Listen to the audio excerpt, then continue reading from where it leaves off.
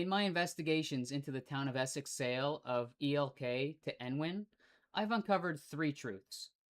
The first is that buried deep in the Ontario Energy Board files, the regulators felt that ELK was still in a strong financial position, such that it could continue operating its mandate of providing electricity to our customers.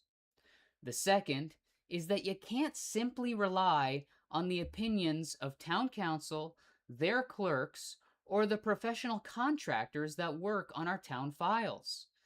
Because the accounting for ELK has been flawed the entire time for the past 18 years, and it has had huge ramifications, including us as Town of Essex missing out on $10 million extra in sale proceeds to Enwin.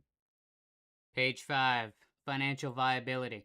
Despite ELK's recent financial performance, both utilities appear to be in solid financial condition. ELK, even after losses, is still in good shape with a shareholders' equity in excess of $10 million.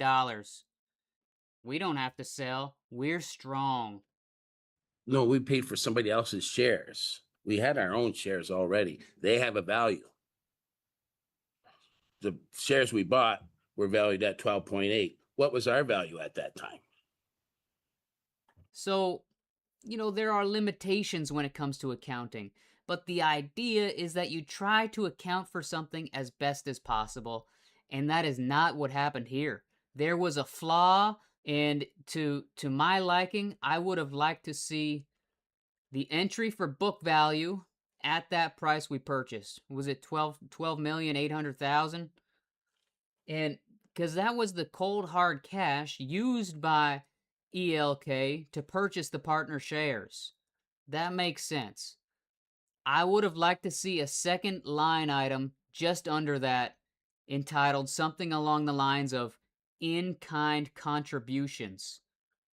Contributions to the partnership, which would have properly valued your 38% and come to some figure in and around $8 million. The fact that $8 million was left off ELK's books for all this time had huge ramifications.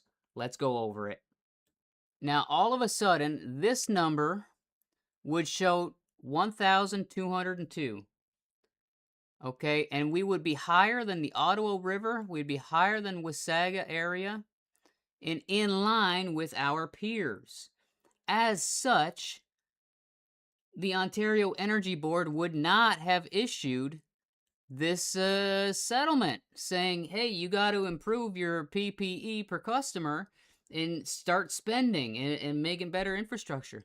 If that was the case, Councillor Bondi would not have thrown a fit in 2020, 2021, trying to get everybody to get a valuation and sell the company. So much ramifications come from this, come from the fact that the book value was wrong. And now, let's look at the purchase price. And so what we're going to do now is basically add on our depreciated amount from 18 years ago, a reasonable $5,500,000. That takes us to 19.5 book value multiplied by their 1.6 figure, and the purchase price should be $31,300,000. Basically, our ELK board gave Enwin $10 million in free equity. What could the town of Essex have done with an extra $10 million from the sale? Well, I know of a certain community initiative called 53 Families, 53 Stories, where basically our low-income housing is being sold off to private individuals. Maybe we could have taken that $10 million and reclaimed Essex Public Homes and started our own community housing projects. Or do what Councillor Bondi wants to do and invest it all into roads or infrastructure or town hall, fire halls, whatever. But we could have had $10 million extra. Now, the third and final truth is that we'll never know the whole story, and that everybody around that council table, in ELK management, the contractors, everybody has a different view of things and has their own opinions, and that's okay. But what I've done over the last 4 weeks is try to provide clarity on what I think was the logical positions and the logical timeline of how all this unfolded. Now, I didn't know I was going to find these conclusions when I started posting on July 22nd. In fact, I didn't really find the OEB documents and all those other truths until about the 7th or 8th video that I made. But I smelled smoke, and where there's smoke, there's fire. And if you have an inclination that something isn't right, do some research and look into it. Um, the real trouble I'm finding here is that I'm posting these videos and people are commenting and telling me I'm looking at things from one perspective. I'm picking and choosing. Look at the average duration on the views. People are not watching these videos all the way through the end. And that is a damn shame. In that because it's like a TV episode. You spend the first part of the video explaining the situation and describing where we are. And then only towards the end do you get to the punchline or the real facts and figures or, the real gist of why you put this video together.